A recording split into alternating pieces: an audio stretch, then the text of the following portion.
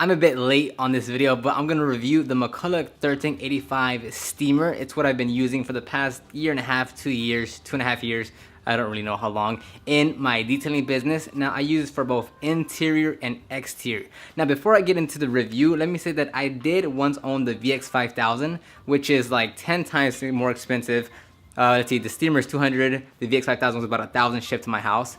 So it is a huge price difference between the two models. Again, I bought the McCulloch for 200 bucks locally here at like Fry's or something, and the steamer was shipped to me for 1,000 bucks. And so I've had, you know, a really good, great, expensive steamer, and I've also used a much more affordable steamer. So in this video, I'm just gonna give you the feedback on where I use it, how I use it, what it's good for, what it's not good for, and everything that you need to know. And again, I always do suggest you go with the steamer, not an extractor, because the steamer is more versatile. Again, in an ideal situation, you'd want both on hand at all times, but the steamer is more versatile in terms of interior, exterior, leather, cloth, dashboard. You can clean a lot more with the steamer as opposed to the extractor, where it's, you know, primarily for cloth seats.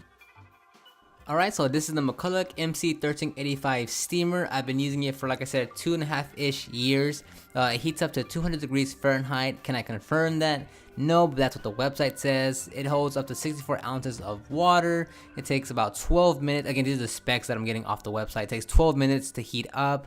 You know, it's 1500 watts. It's a 12.5 amps. It's 120 V volts. So it works just about at any house or just about any decently powered generator. And I mean, overall, it's not, you know, it's made out of plastic. It's, you know, it's small and compact. So if you're mobile and you don't have that much space, it'll work for that. So overall, it's a great steamer. Now, are there cons to it? Because obviously it's not the most expensive, not the most high end, of course, and I'll show you that in a bit, but overall it is a great steamer.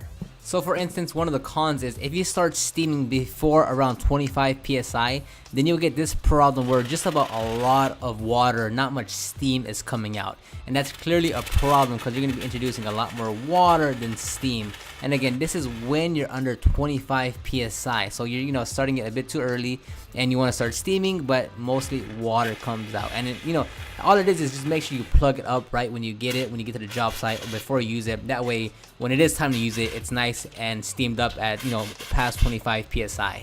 Okay, and this is when it's actually up to the proper level. Again, not exactly 25 psi, but you know, just a few more psi's over. So now it's a lot fuller. Not as much water is coming out. Now there is a different nozzle attachment when you just want to shoot the stream. I only use this brush attachment. And if I want to shoot a straight stream, I don't use an attachment at all. There is, like I said, a specific attachment for that. Alright, so let's see some use cases. I think it was like some dried gum or something, but I have the steamer on full blast, and as you can tell, yes, it is breaking it apart. It is doing its job. Now, if like for very isolated areas, this works well, but as I'll show you later, is this something you want to do with a steamer on the entire rubber mat? Because it may not be the most efficiently thing for you to do. As you can see, it did come off. Now I'm going to go and clean the flat surface of it with the triangle head. Again, is it working? Is it doing an effective job? Is it actually cleaning it with the steamer? Yes, it is. It's doing its job. Once I mop it up, it's nice and dry and clean. And now I'm going to move on over to just showing you different examples if you wanted to actually brush something and then you want to use a steamer to rinse it off. I see that being a popular option as well. Then yes, it does work. Again, it is working at, you know, if you're doing one mat or like a specific area of a mat and that's it, it'll work. But would this work on every single mat for the entire process that you're doing? Like, is that an efficient way possible? Are you going to be able to finish it in a timely manner? That's questionable, because oftentimes, like, would you rather pull out the steamer and do that process, or would it be just faster and more efficient and get the same results if you just get the brush, APC, and scrub it down and then rinse it down with water? You want to keep that in mind. It's not just about having a steamer and using it. Now, don't think I'm downplaying the steamer. Again, it's a great steamer, but you just have to pick and choose when you're going to use it. Now, for carpets, for fabric, like I'm doing here in this carpet mat, or on leather, on cloth seats, it works great. I'm not going to show you too much of that because that's just one of the best uses that you can do it for. So I'm not gonna specifically show you that. I have other videos on that subject as well if you'd like to check those out. But yes, it works absolutely phenomenal on carpets, cloth, Alcantara, headliners. That is definitely where I use it 90% of the time when I bust out the steamer. It does come in handy when the center consoles are very dirty. It is absolutely helpful there. And that's just showing you right here that I always mat it down in a specific way to make it look better. Alright, so I've seen quite a few videos of people using steamers, specifically like these type of model steamers to clean wheels. And I just want to be realistic and say, like, that's not an ideal way to clean wheels. And, you know, if it's cold and you don't want to use your hands and don't want to use warm water, then yeah, you can kind of use this. But you want to be very realistic with what you're going to be using this steamer for. Here, like I said, like, it's as easy as wiping the brake dust off, and it came off super easy. So it doesn't make sense to use a steamer and take a very long time sitting there trying to steam everything off.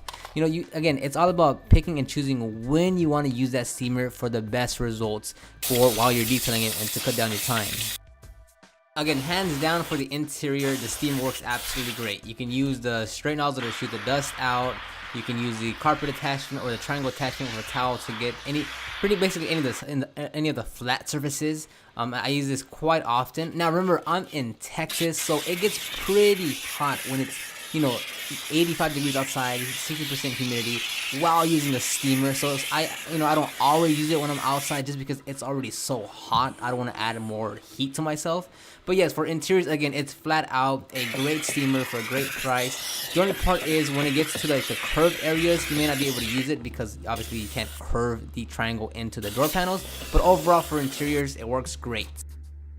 Now, I'm going to be honest and say I don't really use the steamer for door jams. If I do, it'll be mostly for rinsing off the solution, not so much on actually cleaning it, the actual door jam. Alright, so with vents, I first start off with APC and a brush to agitate, get off the initial grime. Then I'll follow it up with the steamer just again to get more thoroughness out of it, to see if I can get more dust and grime out of there. Then once I steam it, I'll follow it up with a towel, dry the surface area. Then use a dry brush to get any last steam or water out of there. Alright, so with headliners or any stain in cloth and headliners, you can use a straight nozzle just to remove or break apart the stain, which can help you clean it a lot quicker by just breaking it apart. Okay, so wrapping it up, I know it made it seem like this steamer can't do much, but I just wanted to give you an honest review and tell you that I primarily use this for interior cleaning, whether it be cloth, headliner, door panels, floor mats, rubber mats.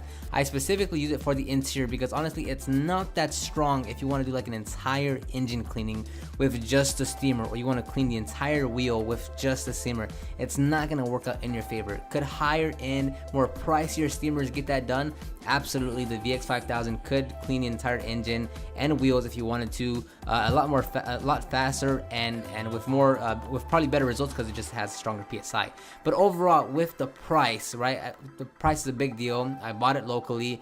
It is an amazing steamer. So if you're on a budget, if you're just starting off, if you're not entirely sure what you want to get, start off with this one because I highly recommend it. Now, is this gonna be the solution to everything, to all the problems you're gonna encounter? No, not at all, but it is a great tool to have in your arsenal. Now in the comments below, leave what you've used in the past, what currently you use, whether it be extractor or steamer, if you suggest one over the other, if you have both, which one have you used, how to use it, the pros and cons to it. Leave all that in the description, in the comment section down below. A bit late on this video, but I'm gonna review the McCulloch MC1385 steamer. It's what I've been using for the past year and a half, 2 years, 2.5 years.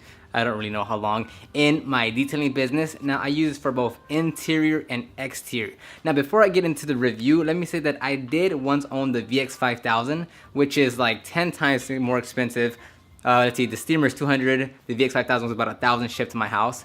So it is a huge price difference between the two models. Again, I bought the McCulloch for $200 locally here at like Fry's or something, and the steamer was shipped to me for $1,000. And so I've had, you know, a really good, great, expensive steamer, and I've also used a much more affordable steamer. So in this video, I'm just gonna give you the feedback on where I use it, how I use it, what it's good for, what it's not good for, and